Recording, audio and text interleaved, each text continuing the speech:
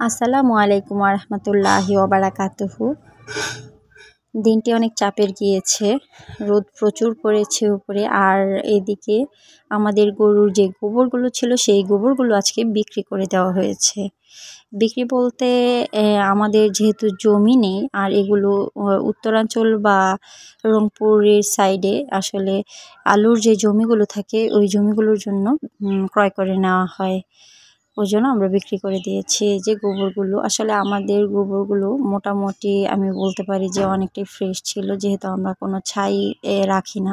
এদিকে ওদের ডালি দেখে আমার আসলে মাথা নষ্ট। আর এদিকে আমাদের গাছের একটি কলার ছড়ি পেকে গিয়েছে উপর থেকে, কিন্তু দেখাই যাচ্ছে, আসলে আমরা বলতেও পারি না। গতদিন দেখা হয়েছে কিন্তু পেকে গিয়েছে এরকম আমরা দেখিনি। রাতে রাতে বা সকাল সকাল হয়তো বা এইভাবে পেকে গিয়েছে। আমরা দুপুরের আগ মুহূর্তে যখন এদিকে এসেছি তখন এটা দেখতে পারলাম। আসলে এইদিকে আসা খুব কম হয়, যেহেতু গোবর এদিকে রাখা হয়েছে এই জন্য এদিক থেকে আসা হয় না। আপাতত এদিকে গেটটা বন্ধ আছে। তো এই দিকে যে অবস্থায় আছে কলা গাছটা কিন্তু হেলে গিয়েছে ঘরের দিকে, চালা ভাঙারও ভয়। ভর দুপুর হয়ে গেছে, ওইদিকে গোবর নিচ্ছে আর এইদিকে আমি গরুগুলোকে কিন্তু গোসল করিয়ে দিতে হবে। ওই জন্য আমি গরুর ঘর পরিষ্কার টরিষ্কার করে এদিকে কিন্তু এদেরকে আমি গোসল করিয়ে দিয়েছি। এদিকে আমার মা রান্না বান্না করছিল, পাশাপাশি গরুর যে গোবর নিচ্ছে ওইদিকেও তত্ত্বাবধানে থাকতে হয়েছে, কারণ এগুলো গোনা রাখতে হয় কয় টলি গেল কি আসে বসে, যাই হোক। আর এইদিকে কিন্তু এই কর্নারটা আসলে একটু অন্ধকার টাইপ, আর যেহেতু অন্ধকারটা একটু কালো কালো হয়ে থাকে, এর ভিতরে এই কর্নারটাতে যে বাছুরটি আছে সেটাও আসলে কালো। ওই জন্য এইটাকে খুব কমই দেখানো যায় বা দেখা সম্ভব হয় না এই কর্নারে। আর এদিকে কিন্তু ওয়ালের মধ্যে পোষা পায়খানা যা করে এদিকে ওয়ালের মধ্যে করে, কেন করে জানি না, খুব বদে। যাই হোক, ছোট মরিচের ঝাল বেশি যে এটা বলে, তো এই একই অবস্থা। এদিক থেকে আসলে দেখানো যায় না, একদম কর্নারে এদিকে তার জায়গা নেই, এই জন্য তারপরও একটু চেষ্টা করলাম আর কি। তো মাশাআল্লাহ আমার খামারটি এখন একটু একটু পরিপূর্ণ লাগে। আমার আরও শখ, আরও ইচ্ছে। সবাই দোয়া করবেন যেন আমি আমার ইচ্ছেগুলোকে পূরণ করতে পারি, আমি যেন ভালোভাবে সব কিছু করতে পারি। আর এদিকে আমার কার্পেটগুলো কিন্তু ছিঁড়ে গিয়েছে। আসলে এগুলো এখন একটু যেহেতু বড় হয়েছে, আর কার্পেটগুলো আমার এবছরের না, গত বছরের, মানে গত শীতের, মানে এই যে শীতটা গেল এই শীতের আগেই আমি এনেছিলাম, এই সিজনে প্রায় 1 বছর হয়ে গেছে।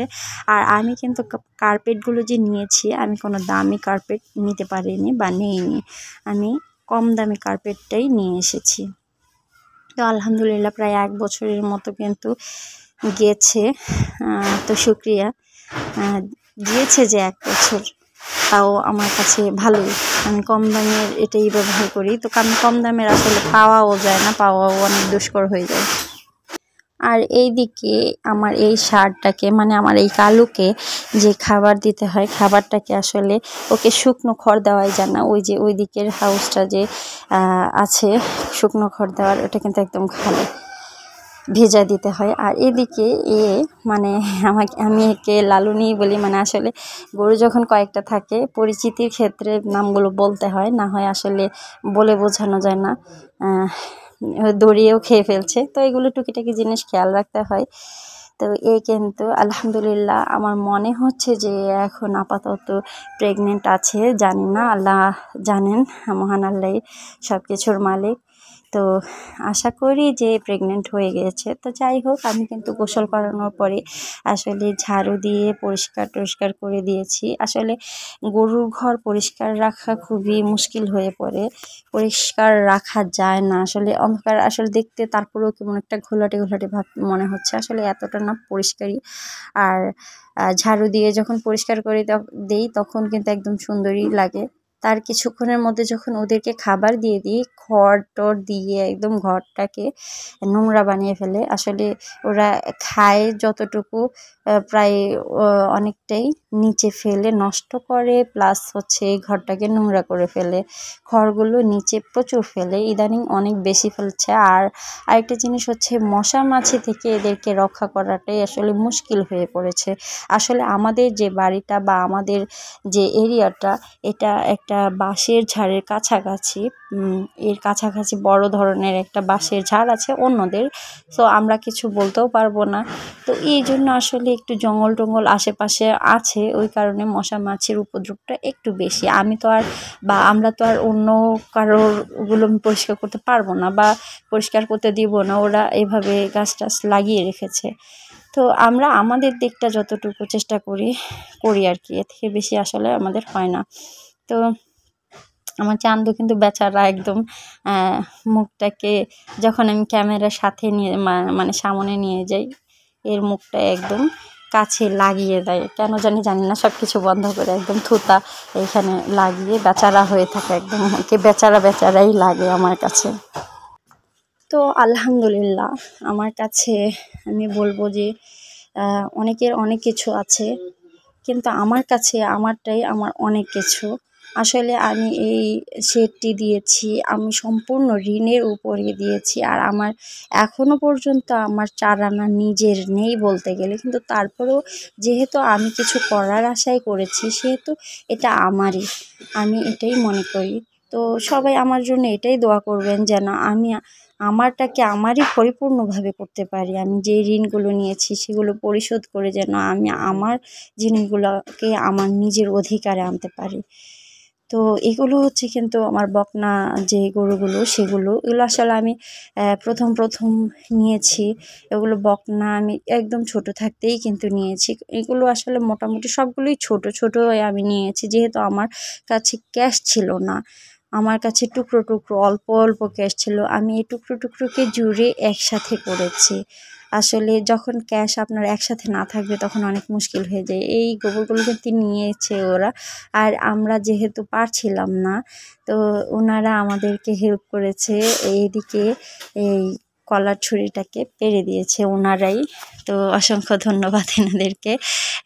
পাকা কলা সাথে ছিল, ওনারা খেয়েছে কিছু, তো ওনারাই কিন্তু সব কিছু করে দিয়েছে, একদম ফনাগুলো আলাদা করে দিয়েছে, সব কিছু ওনারাই করেছে। মাশাআল্লাহ, আলহামদুলিল্লাহ, এটা অনেক বড় হয়েছিল। কলা গাছটি যেরকম বড় হয়েছিল ঠিক সেরকমই কলার ছড়িটাও কিন্তু অনেক বড় হয়েছিল, আর কলাগুলিও আলহামদুলিল্লাহ অনেক ভালো হয়েছে। প্লাস আমাদের কলাগুলো কিন্তু হচ্ছে মনোয়া কলা, এর ভিতর অবশ্য বিচিয়েছে দেশি কলা। তো যাই হোক, অর্গানিক আমাদের গাছের যেহেতু, তার মানে আমাদের কাছে এটাই অনেক রত্ন। ওনারাও কিন্তু আসলে হাসি খুশি দেখা যাচ্ছে, ওনারাও খুব খুশি পেরে, আসলে গাছের জিনিস পাড়তে আনন্দই লাগে। আসলে যারা কাজের মানুষ তাদের কাছে কাজ কোনো ব্যাপারই না, ওনারা খুব সহজে কিভাবে যেন কোনো কিছু ছাড়া, মই বা কোনো বাঁশ ছাড়াই একদম চালের উপরে উঠে গিয়েছে, কিভাবে উঠলো আল্লাহ তাআলা জানেন। তো ওনারা খুব সহজেই কিন্তু এটা পেরে দিয়েছে। কষ্ট তো অবশ্যই কাজে আছে, তারপরেও কাজের ধরনে সহজ হয়ে যায়। তো ওনারা কিন্তু সব কিছুই করে দিয়েছে, তারপরে আবার ওনাদের কাজ করেছে। আর এদিকে কিন্তু আমাদের কলাগুলো নিয়ে এসেছি একটা ডালির মাধ্যমে, ডালি বলে না কি বলে, আমরা ডালিই বলি। তো এটার মধ্যে আমরা নিয়ে এসেছি। আর এদিকে কলা পাকার পরে কিন্তু আমরা একদম ঠিকঠাক দেখেছি, এর 4 থেকে 5 মিনিটের ভিতরে অনেকগুলো পাখি কিন্তু খাওয়া ধরেছে। 4-5 মিনিটের ভিতরে অনেক কয়টা কলা খেয়ে ফেলেছে, কিন্তু আমাদের কোনো আফসোস নেই, পাখি খেয়েছে আলহামদুলিল্লাহ, ভালো তাদের রিজিক ছিল এখানেই, কারণ তাদের রিজিক কিন্তু আমাদের মধ্যেই থাকে। তো এদিকে আমার মেয়ে ললিপপও খাচ্ছে, আবার কলা দেখে খুশি হচ্ছে, ওকে বলেছিলাম একটা হাসি দিতে, আর তারপরে এটা তো আপনারা দেখতেই পাচ্ছেন, এমন হাসি দিয়েছে যেটা ইতিহাস গড়ার মতো। আর এইদিকে কিন্তু আমাদের যে গোবরগুলো ছিল সেগুলো সম্পূর্ণ নিয়ে চলে গিয়েছেন ওনারা। আর এইদিকে সকালবেলা, মানে আজকে সকালবেলা, এটা কিন্তু আমার গতকালকের ভিডিও ছিল, আর এগুলো হচ্ছে আজকে। তো এই গর্তে আসলে হচ্ছিল না, আমাদের ছোট একটা গর্ত করা হয়েছিল যখন আমার গরু আসলে কম ছিল, বলতে আমাদের গরুগুলো ছোট ছিল, তো আমরা ভেবেছিলাম এতে হয়ে যাবে। আমরা আসলে আমাদের প্ল্যানিং কতভাবেই চেঞ্জ করছি, আমরা ভাবতেও পারছি না কি হচ্ছে বা হবে। তো তো এখন আমাদের চিন্তা ভাবনা আমরা মানে মাঝারি ধরনের মানে একটু বড় ধরনের গরু পালন করার। অতএব আমাদের গর্তটাকে আর একটু বড় করতে হবে, বা এখন যেই গরুগুলো আছে এই গরুগুলো দ্বারা আসলে এই গর্তে হবে না, যার কারণে আমাদের গরুর গোবরগুলো কিন্তু ছড়ে গিয়েছিল, কিন্তু তারপরেও আলহামদুলিল্লাহ ছড়ে যাওয়ার পরেও আসলে এগুলো এখন বিক্রি করে দিতে পেরেছি, যার কারণে জায়গাটা ফাঁকা হয়ে গেছে। তো যাই হোক, ওই জন্য আসলে গর্তটাকে আর একটু বড় করার চেষ্টা করা হচ্ছে। এদিকে আর একটু ছড়িয়ে দেওয়া হচ্ছে, আসলে দুই দিকে দুইটা গাছ, এই জন্য ঝামেলা। আর এদিকে আমার গরুগুলোকে কিন্তু এই যে সকালবেলা আমি পানি, খাদ্য এবং যে খড় সব একসাথে আমি মেখে দিয়ে দিয়েছি ওদেরকে। আসলে খড়ের বা বনের যে পুষ্টিগুণটা এটা বেড়ে যায় যদি খড়টাকে ভিজিয়ে দেওয়া যায়, আর ওরাও সুন্দর করে খায়। এই যে আমি এর সামনে ক্যামেরা নিয়ে আসলে বা মোবাইল নিয়ে আসলে বা আমি একটু দাঁড় হলে যে বেচারার মতো হয়ে থাকে, এই জন্য আমাকে বেচারাই বলতে বাধ্য হই। আসলে একদম কি কারণে খাওয়া দাওয়ার বন্ধ করে একদম আমার দিকে তাকিয়ে থাকবে এইভাবে ক্যামেরা নিলে, মানে এও পোজ দেয় আসলে আমার মনে হয়। তো ডিজিটাল যুগ, তো সব কিছুই ডিজিটাল। এই যে কিন্তু এদিকে খড়টা আসলে একটু শুকনো খড় খায়, মানে খেতে পছন্দ করে, স্বাচ্ছন্দ্য বোধ করে আর কি। তো সব মিলিয়ে আমি আল্লাহ তাআলার কাছে অনেক শুকরিয়া জ্ঞাপন করি যাই আছে। আর এদিকে কিন্তু মানে কালু এদিকে ওকে আমি যে বলেছিলাম ভিজিয়ে খড় দিতে হয়, এদিকে ফেলে এই যে কিছুক্ষণের মধ্যে ছড়িয়ে টড়িয়ে অবস্থা খারাপ করে ফেলে।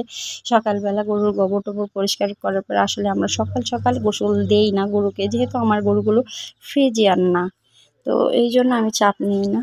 তো এরা সবাই কিন্তু খুব মানে তৃপ্তি সহকারে খাচ্ছে সকালের খাবার। তো এই ছিল আজকের ব্লগটি। আমার ব্লগটি ভালো লাগলে অবশ্যই চ্যানেলটি সাবস্ক্রাইব করে আমার পাশে থাকবেন এবং সবাই আমার জন্য দোয়া করবেন।